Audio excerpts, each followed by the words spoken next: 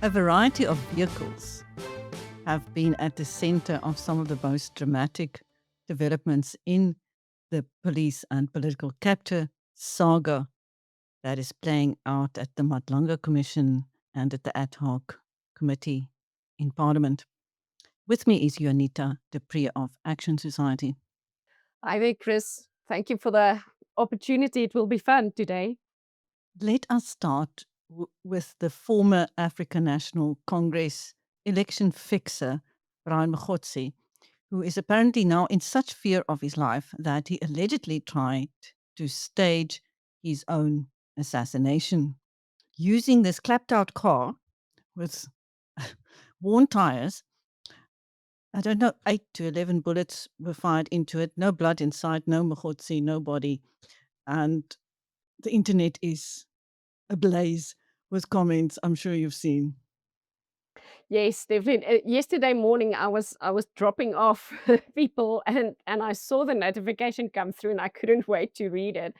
And as I saw the picture of the car, I was like, why was Brian Mogotsi driving this car?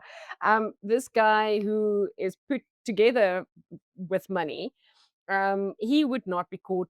And I read somebody who said he would not be caught dead in a He car like wasn't that. caught dead. Very, Then he very wasn't caught dead. ironically.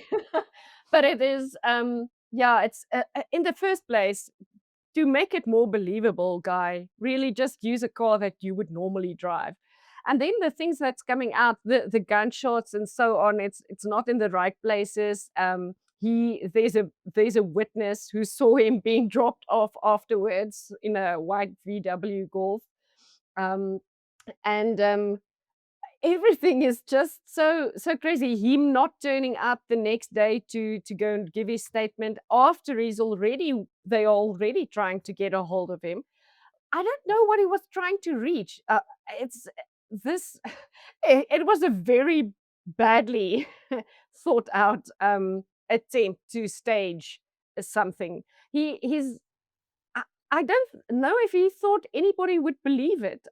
Really, everybody from the start was like, that stage, nobody believes it. He must be truly desperate, having been robbed by the African National Congress. I have no idea who is advising him. But apparently he is safe somewhere with his wife and children, doesn't trust any police officials now, does not want to testify. But let's see. Some people are suggesting that it would suit many people if he didn't testify. Yeah, I think he should testify. It's a lot of people fear for their lives. We have the witnesses who came forth and who are in hiding, who haven't seen their families for so long. You should have thought about that before you got your hands into this fight. Um, eh, I'm so sorry. I'm sorry for his family, who are now also fearing or don't know what is going on. Should they fear for their lives or whatever? But he should have. You know what you're getting into when you do stuff like this, and as I have no sympathy. Um, and yeah, obviously the water is getting hot, and he doesn't have anybody on his side now. So staging this attempt on his life, I can understand why he's doing it, but it maybe you think about something better if you want to do that, more believable. But he must speak. He must face whatever is coming his way because he was part of this. I don't think his silence will protect him. A lot of stuff has already come out. It will be proven. Um, so it's from so many correspond or different people, and it corresponds. So he's been saying that they're out to get him and stuff like that. But I don't know. It's you're a criminal. You took money from criminals and politicians, and yeah, it was just to benefit yourself. I'm sure he took a commission when he didn't do it for free. Um, so yeah, you're getting what's coming to you. No, that car, the memes are not going to stop. Now, Crime Intelligence Chief General Dumisani Khumalo was back at the Madlanga Commission with more startling evidence and footage of another vehicle, a Toyota Hilux, seen or driven by suspended Deputy National Commissioner Shadrack Sibiya during the raid on his home. Now, that vehicle turns out to belong to one Shadrack Stewart James, with 34 cases against him, found guilty in 18, 11 withdrawn, 5 not guilty. It is unclear what his role exactly is in the life of General Sibiya, but he was with him in Parliament when he went to testify at the Ad Hoc Committee. Yeah, well, it looks like in that instance he was a bit of a bodyguard. Maybe he's a jack of all trades. He's a bit of a chauffeur, a bit of a bodyguard, a bit of a crook. It's difficult. You have to you can't just have one job these days. You have to find other ways of income. But this just proves so much more how crooked Sibiya is. Because he's hanging out clearly. He's driving around with a car of a well-known criminal who's involved with car theft syndicates. um, if this is the company that he keeps, it's proof that he should not have been in his position, and also he should get what is coming to him. And it is good that he is on suspension, and I hear the calls, and we echo that, and we support that for his arrest because, yeah, this is overwhelming evidence that is coming now. Well, apparently he was not well enough to attend his disciplinary hearing. I'm sure he was not well enough. Um, all of them now are going to have a lot of excuses. Like we see somebody who's fearing for his life because of the attempted murder of his life. And now this one is sick. Everybody's going to get excuses, but they should not let them get their way. They should have their day in court, and they should, or in the commission. And we want the answers, and we want to see that they are punished for what they did. It's not acceptable that they can get away with that. And I think most South Africans will stand strongly to see that this is enough. We're not going to take it. Another vehicle footage was shown, also one linked to General Sibiya, allocated to his office, and it was used by one Sergeant Sabelo Nkosi to go and pick up a bag with mysterious contents from the home of alleged murder mastermind Katie Molefe. Yeah. So yes, I see all the cars connected, but being a police officer so high up, aren't you supposed to be thinking about how you can be tracked and so on? Why did they? If you want to be a criminal, be a good criminal, cover your tracks. But I think they were so comfortable and so arrogant that they thought they can just do what they want to. They won't get caught, and they won't come anything of it. So that's why they just did it so blatantly. But now I'm happy that there was evidence.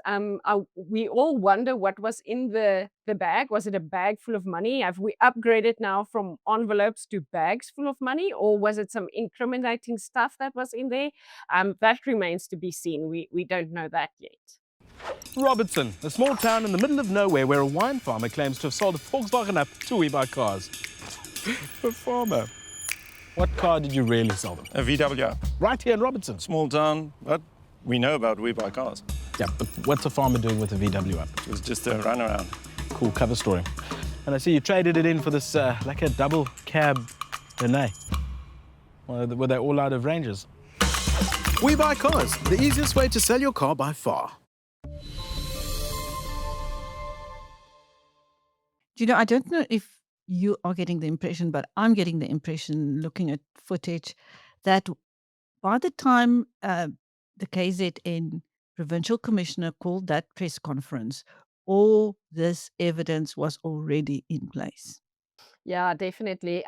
We had conversations, and I can't think that somebody would put his career on the line, his credibility on the line, everything like the general did, without having everything in place and knowing what is going to happen and what will be the consequences.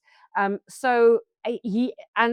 having the evidence, because it's very easy afterwards to wipe videos and clear WhatsApp messages and so on and so forth. So he must have thought about that people are going to jump around when he does such a public expose of what was going on. So yes, I do think everything was already in place. It wasn't just interestingly, the acting police minister Feroz Kichalia said that he stands by his initial statement that the way he did it wasn't according to procedure and so on. But I saw that he afterwards said it was extraordinary circumstances. So I think he's swaying, and he's like, he can see the guy had no other choice. He had no other option than to do it like that. So yeah, I don't think he did it without planning it out before. Maybe he's a better thinker than the criminals. At that time, everybody thought, "Oh my goodness, these are starting revelations." But in fact, now it turns out that was just a teaser, a preview of what was to come. And he must have stood there thinking, "Okay, if you think this is bad, wait, just wait." You don't And know what I know. you don't know what I know. Exactly. What else has stood out for you the past couple of days? Well, I really want to see what the acting minister is saying. He is speaking today, and then again with the deputy ministers. It is now they said that both of them said they were not at all informed or asked their opinion or consulted or anything in the disbandment of the PKTT.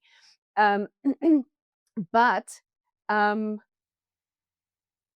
again, I was thinking, and something else that I think it is Boshero that said that she since she's never known what her mandate was. She doesn't know, and that struck me as something that we said the previous time.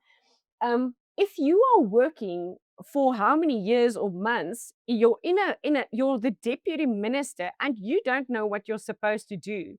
Should you not maybe think, maybe I should ask somebody or ask somebody in the first place what I should do? If you don't get answers, then tell other people, listen, I'm not getting any direction here. It seems a bit suspicious. Can we maybe look into that? That's what I would do. That's, I think, what any normal thinking person would do. Or is it just the way that, oh, well, I get paid to and have a high profile job, but I don't have to do anything? It's not acceptable, and it's not a good excuse. Now you can say, oh, well, I didn't know anything. Yes, you didn't know anything because you didn't do anything. So it's, yeah, I don't want to say the word disappointed, but I'm just like, don't come and sit here and think you are now scot free. Maybe you're not guilty of the same things, but you were also not doing what you were supposed to do, and I think it shows a lot of the integrity of a lot of people in high positions in South Africa. Let's focus on South Africa, but the people are just almost handed positions and money and salaries which they don't deserve and that they don't work to deserve. Every South African, many South Africans work hard every day. You wake up, you go to work. Many of South Africans don't have enough money to make ends meet, but they get up and they work and they do an honest day work and they have integrity. And I think that is what makes people so upset.